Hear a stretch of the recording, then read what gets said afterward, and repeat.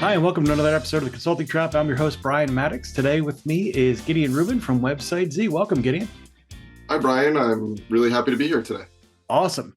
If you could tell our listeners a little bit about kind of where you come from and what you're up to, we can start our conversation from there. Yeah, so I'm a serial entrepreneur. I've started multiple companies, primarily in software and really using data, leveraging data and software together to find out insights in the market. So oftentimes for marketing purposes. And so that's really kind of my background. I have a master's in, I focused on applied statistics, so data science, so more of the quantitative side of things, if you will.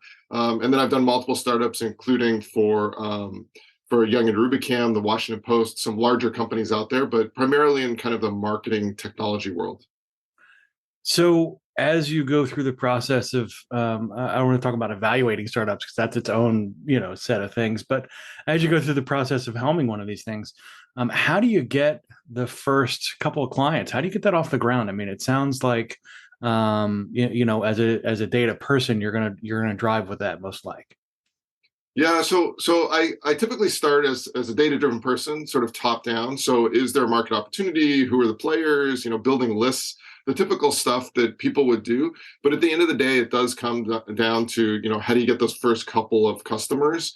It depends on the business and the type of business, but almost always the first handful of customers are from direct outreach or direct relationships. Oftentimes that's what drove me to start the business to begin with, was someone telling me they had a pain or someone telling me about an opportunity, and then me going back to those people and saying, hey, if we solved it this way, would that be interesting to you? So less about building it and then going back to them, and more about asking them a lot of questions and what would solve their problem, what would add the value that they'd be willing to pay for, and then going back and hopefully building that, or the minimum viable version of that. So it sounds like a lot of the early sales process is essentially building it for your target client. When when you kind of hit the threshold there, how do you know when you need to kind of pivot and start actually acquiring additional customers or new customers? And does that change the messaging as you go? Yeah, I think it definitely changes the messaging. And I think that pivotal point is tough, honestly. I'm an early stage guy, so I've done a lot of early stage startups. And once it gets to 100 or a few hundred customers, it changes things. So even if you've been able to get there sort of bootstrapping, once you get to a certain critical mass, depends on the businesses are a little different, what that critical mass might be, but there's definitely a shift in things, and then it goes to more of a sales orientation. In the current ventures I'm working on, I've been learning and studying and focusing a lot more on product-led growth. So essentially, once you have those first few customers and you kind of try to cater to them and drive as much value as you can, you try to then take those value factors and find the other players in the market that also find those things valuable. So of course some of that's marketing, a lot of that's more like expert marketing or content marketing. So getting out there and informing people on new ways of doing things or your new technology, really education versus like traditional like direct marketing or outbound sales. So oftentimes it's more about that education factor, having them come to you and then being able to have the conversation. And some of that starts probably before you've made that transition from, those individual customers that you have to interact with to get them to start using you. And then the shift to, people you don't know off the street that are just showing up and want that problem solved or want that product that you're delivering, and have no idea who you are. So there's that transition where I oftentimes just start the interaction with the outside world early, even though we're not ready to really take them on as customers. Just starting the conversation in the marketplace, and that's honestly a lot of what we're doing right now for Website Z. Is we're in that kind of interim stage. There have been users for a couple of years now, honestly, but now it's being fully commercialized. So now we're starting to turn and communicate more with the outside market, put more information on our website, whether it's research and data or whether it's simple things like tutorials and how to use the tool. And I'm sure the social credibility plays a huge part in that. That leveraging your initial user base should help you scale to the next sort of level when it comes to that, right? Yeah, definitely. It's interesting though. It's been a mix for me over the years in what that initial user base wants you to do with them. So by that I mean, I've had like the handful of first customers on a business where they don't want us talking to anyone about them being customers because they feel it's such a competitive advantage that they don't want their competitors knowing, oh, we're using your tool. So it depends. With Website Z, we don't have that. There are other players in the market. There's other ways to solve some of those problems. But for some of the other businesses I've started, it's definitely been an interesting discussion around those first customers because from the startups perspective, of course, we want to publicize that and tell everyone, hey, we're working with all these great companies. But from the business's perspective, it may signal internally that people are taking risk. It may signal externally that, like these are tools that everyone in this industry needs, or that this is the way this company got the competitive advantage. Mm. I actually am on the board of a technology startup now, local data exchange, and in that business, one of the major customers filed for a patent publicly using the company's name, even though we had a contract stating that we wouldn't disclose the relationship. So there's things like that that happen. Those are happy mistakes or incidents for the startup, at least. Those are oftentimes sort of happy situations. But there's a kind of a balance there, I would say. So just going back to that, like I think if you can get your early customers to be part of your sort of marketing pitch or sort of collaborate with you to help improve the product, it's great. If you can't, it can be a challenge, but I think that's where you either bring in new ones. I've done a lot of things around discounting, honestly, at that stage where I'll tell a customer, hey, we'll give you a 50% discount if you let us publicize that you're a customer. Mm. So we've done some things like that and had some success there. That's it's interesting because there's kind of two ideas, right? Two competing ideas around, do you want that brand spam all over your site? Does that help? Does it mean anything? You can put like, we have worked with companies very similar to, and then throw those brands in there. Like, there's lots of folks that are doing maybe, let's say, duplicitous things with that kind of social recognition stuff.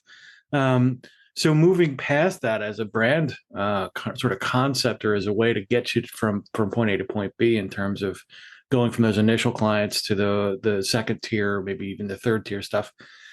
When you're talking about the appeal to that initial round of clients, does it change when you try and start to hit a mass market? Do you stop going after that kind of early adopter conversation? How does that conversation change? I think if you're focused on product-led growth, I think the conversation sort of breaks into two tracks. One is absolutely, you should still be having those conversations. You should be getting their feedback. You should be improving the product. But then the second sort of track is a lot of the things that the early customers want or are asking about is not necessarily applicable to the mass market, right? So it's either customization or a feature that's really important to them, but maybe the mass market doesn't need that, or it's unique to the business processes of that early customer.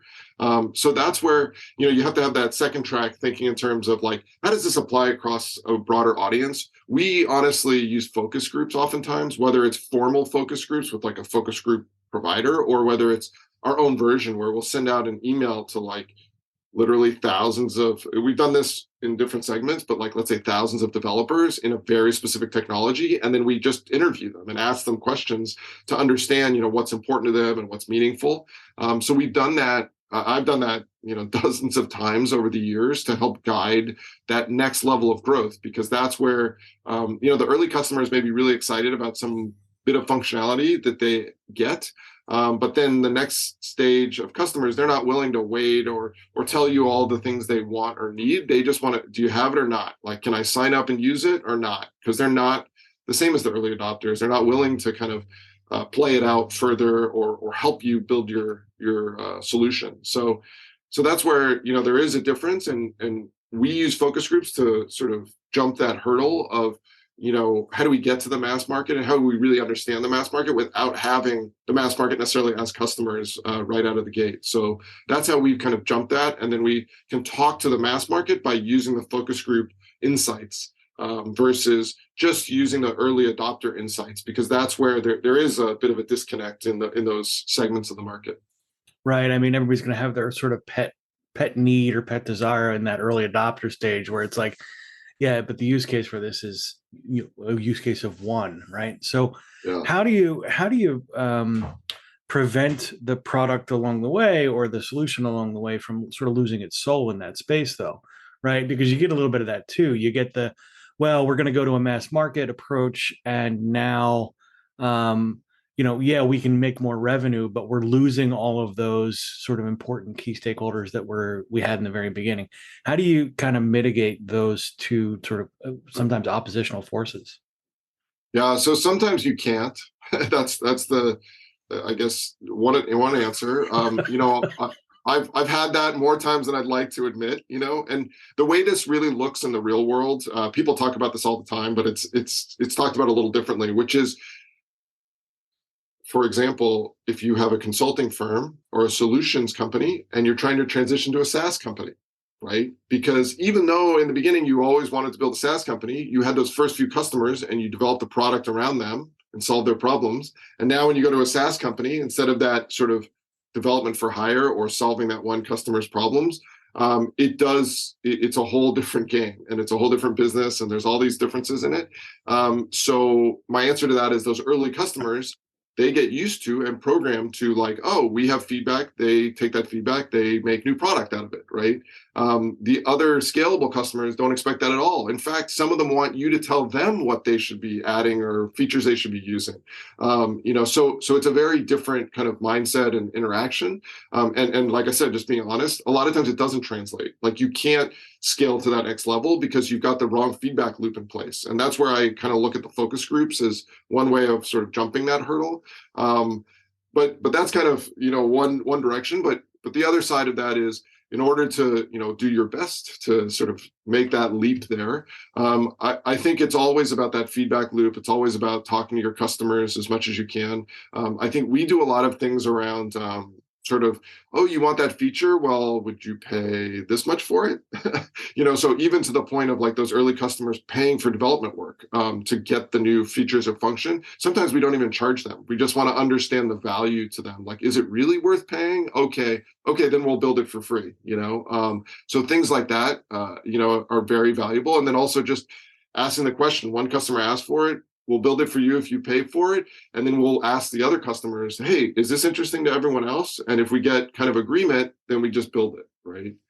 So Yeah. that's what we've done over the years. So you've mentioned that you predominantly work with those folks in that early stage. When it goes to that sort of run and maintain model where you're talking about that mass market approach, how many companies have you kind of worked through that phase of it? And at what point then do you absolutely need to step away because you're now the bottleneck? Because the way you were involved in the founding and all that kind of stuff, the way you were involved early stage is now getting in the way of the next level scalability. How do you make that call, and when does that really happen? Are there indicators? Are there things that you notice? Yeah, so there's differences between the business, like the industry it's in matters. So the scale matters in the industry and what types of customers. I'd say for me personally, there's a little, I have my own desires and what I've been excited about in the past. It's changed as I've gotten older. Honestly, when I was younger, I just wanted to build the thing. I just wanted to build it, get it up, get the first customers, get people excited about it, and then, like, someone else can really scale it, right? And so what I mean by that, as far as just to put real kind of numbers and information context around that, is, once these businesses, in my experience, get to about 10 million in revenue, which is significant, right? But it's there are milestones along the way, right? When you get to 1 million in revenue, the business changes significantly oftentimes. And then when you kind of build from there, I've seen a lot of changes around that 10 million mark. I've done it several times up to 20 in yearly revenue, from 0 to 20 million, which is really hard, honestly, and you always think of it as linear. Well, I've thought of it as linear. The first time I did it, I thought, oh, I can just do it again the next time, right? But then when you get into the next business, everything's different again. And even if it's the same industry, everything's different. So to me, getting to some of these milestones, like the million revenue mark is hard, but by then you probably have some processes in place and some things that are working. 10 million mark is similar, where you probably have some major processes working, including sales, marketing. But then to get to the next level, you have to have a whole different level of scale. So in other words, national or international marketing, large scale agencies working with you, some analysts and sort of specialists that are working just on kind of the data analysis and keeping the processes running, right? Versus just building the processes. So it's really kind of a long-winded way of saying there are different stages in the evolution of a business. For me, in my early career, I liked staying in the early stages from nothing to kind of that 10 million or 20 million revenue mark. Now, my personal goal is to get up to the 50 million revenue mark, just because I haven't been there, and I know that there are a whole different set of hurdles I will have to overcome to get there. But that's exciting, and that's something that I'm working towards. And so I would say, a lot of what happens in that evolution, it depends on the person and the people involved. But I would say like a lot of it is kind of restructuring over time. So restructuring when you get to a million, restructuring when you get to 10, restructuring when you get to 20. And even if you think everything's going great, from my experience, oftentimes, there's a lot of sort of wonky wheels in the business, and there's always things to be improved. And it's a lot of work to get there, but for me, that interest is in learning and sort of like scaling to the next level. And from my experience, fortunately or unfortunately, once you get to that 10 million mark, it's really hard to scale past that without significant outside capital. So that's kind of been my experience, unfortunately. Different businesses are different, but I've gotten there several times, and I've done it bootstrapped, and I've done it not bootstrapped. And I can tell you, getting beyond that is very difficult without outside capital. So that, those milestones that you've outlined, the 1 million, the 10 million, when, and to your point, like not all businesses are the same, right? So they're all going to be a little bit different. That mark may be 2 million for one business and 10 million for another, depending on the nature of the service, the nature of the product, that kind of thing. When you're looking around kind of at the business you're currently running, and you go, hey, this is an indicator, this is a sign that I need to restructure, I need to find outside capital. What are the kind of hallmarks of those inflection points beyond the revenue trigger, right? Because that's not always the best sort of indicator of health, right, or temperature or what have you. What are the indicators that you're using along the way to make those decisions? So one thing is, doing early stage startups over and over. I find a quarterly review just in general is needed. So you have your weekly and your monthly sort of stats and data you review, but a quarterly review that's a little broader. And what you're really looking for in that review is, can you do the same things you're doing today with less resources? So less time, less money.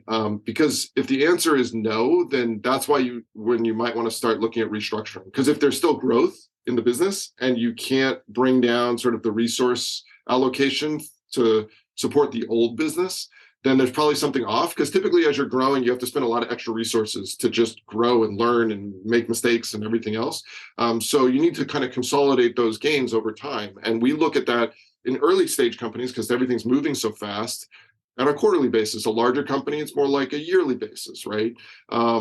And that will give you some indicators. So again, it could be as simple as like your back office looking at your team and saying, okay, I have 3 people, they're doing this amount of work. We've got more of that work, billing, invoicing, whatever those things are. But can we sort of change the processes a little to bring down the resource allocation to what we're doing today? And if the answer is no, then you might have to look at your processes and some of those things, because the reality is there's massive businesses doing billions of dollars in business, and they've figured out ways to support billions of dollars in business with a relatively small group of people, right? If you just look at just the relative nature of like, yeah, they have 100 or 1,000 people in their accounting department, but they're supporting, $50 billion versus, 5 million. So things like that, I definitely think are triggers. The other thing is, stagnation in the market. So you aren't acquiring the new customers that you were hoping for, or that's not growing or accelerating on the front end. That can be an indicator that you need to change things. That's typically more on the sales marketing side, but it can flow through on the product side. Like people aren't as interested in the things you think they're interested in. So, you got that part of the market that has like some features that are important to them, but then you're missing, a broader segment of the market, for example. So I think those are, the stagnation on the sales side can be an indicator.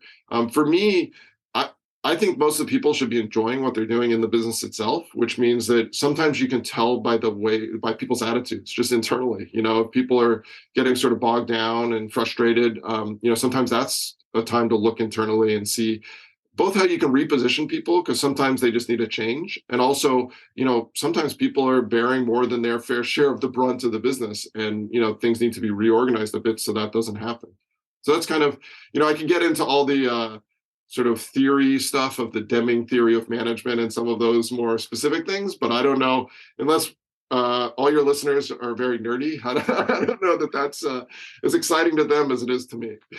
No, I think you'll find that the the desire for more information is insatiable almost. But when we talk to kind of what we're, how all this stuff fits together, I think it's important, to know that any one of these conversations, any one of these inflection points, or aspects of the business is its very own deep well, right? None of these concepts we're sort of banding about at a 50,000 foot level are like it's not easy, right? It requires some diligence and some study. And as a data guy, that makes a ton of sense that you're in the weeds looking at the numbers and all that kind of stuff and using those to make your decisions and inform where you're going. But for the folks listening to the podcast, we're going to do our best, and we continue to do our best to try and make these turn these into practical tips. So when you are in those phases, when you are in those stages where major inflection points are happening in the business, you've provided some really great kind of things to look out for.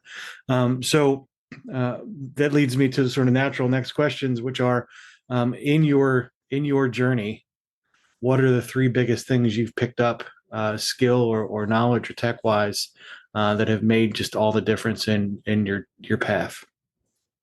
Yeah, so on the knowledge side, I would say, I am a data person, but limiting the data is very important. So what data you look at, there's this concept called vanity metrics. So things like, how many website visitors did I get? Like that may be interesting, may be valuable, maybe not valuable, depending on your business, because they might not be the right visitors, right? So there's all these things that people track and measure. So it took me a while in my career to realize that it's not just about measuring everything, right? It's about measuring the right things and then literally limiting those things. So just focusing on the things that matter and then the things you can impact, right? So that's really, some of them are leading indicators. So it might be like how many signups for, free signups you got on your website, and then that 1 out of every 100 you can convert to a paid customer. So I wouldn't consider that a vanity metric, right? So knowing what data and then just focusing on those data points, I think is very valuable for people. So that's one from someone who focuses on data, is like limit the amount of data you focus on. The other thing too is, I would say, on the people side, honestly, coming from kind of a data background, people, aren't necessarily. Data can sometimes be simpler and more informative than people can be.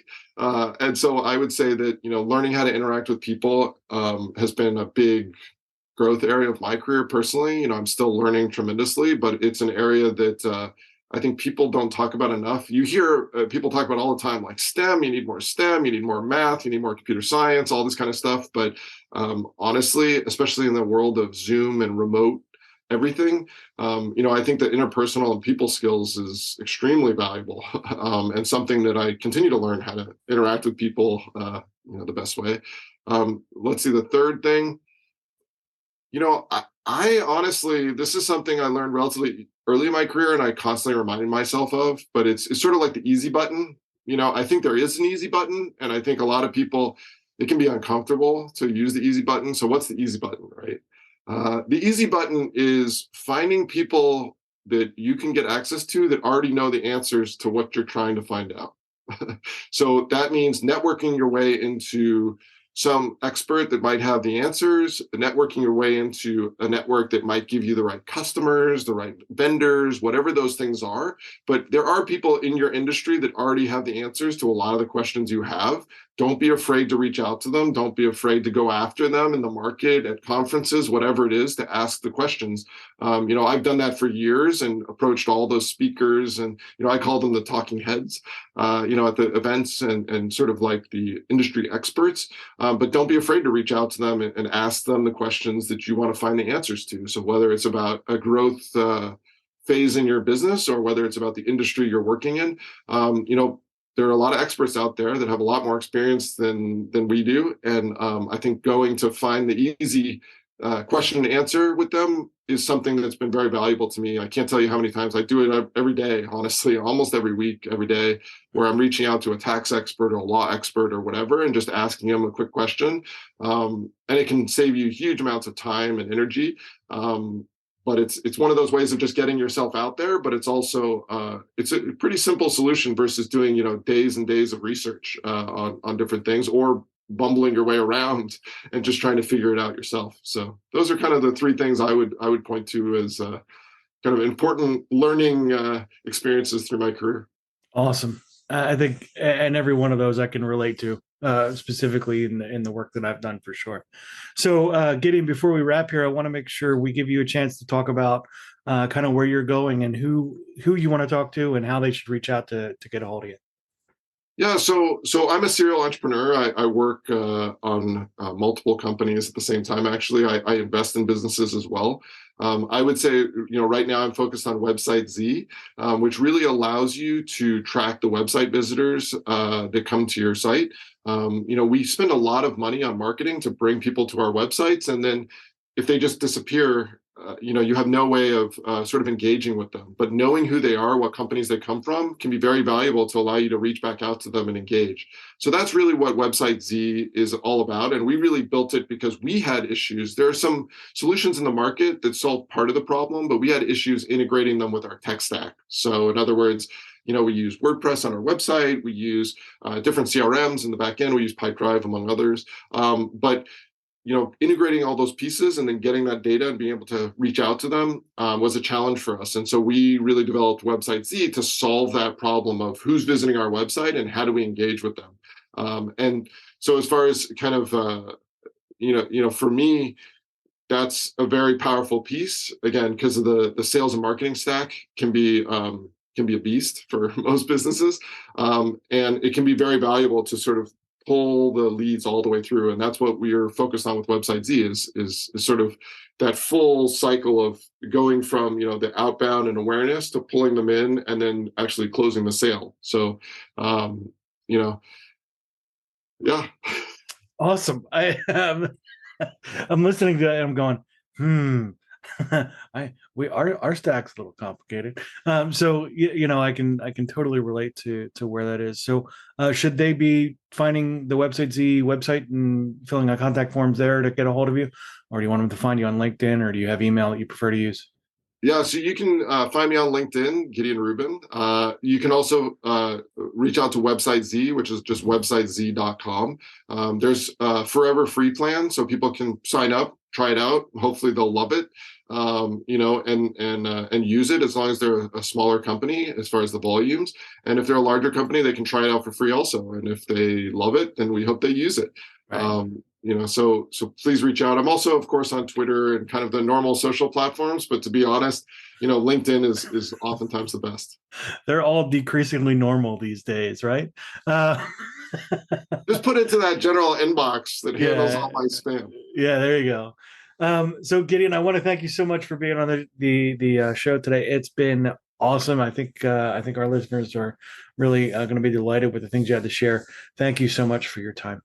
Well, thanks so much, Brian. It was great to talk to you today. And please, if anyone would like to talk, I'm happy to have a conversation, about sales, marketing, or tech, anything else. So thanks so much for having me. Thanks for listening to this episode of The Consulting Trap. If you have suggestions for future episodes or would like to be a guest on our show, please send me an email at brian@podcastchef.com. That's BRIAN at podcastchef.com. Before we go, we'd like to thank the sponsor of our show, Podcast Chef. Podcast Chef helps turn ordinary podcasting into a revenue-generating lead magnet for your consulting business. Our Podcasting Done For You service takes away the headache of starting up and running your own podcast. Reach out now to take advantage of our 30-day money-back guarantee. Visit us at podcastchef.com to find out how our team of experts can help you leverage podcasting to take your business to the next level.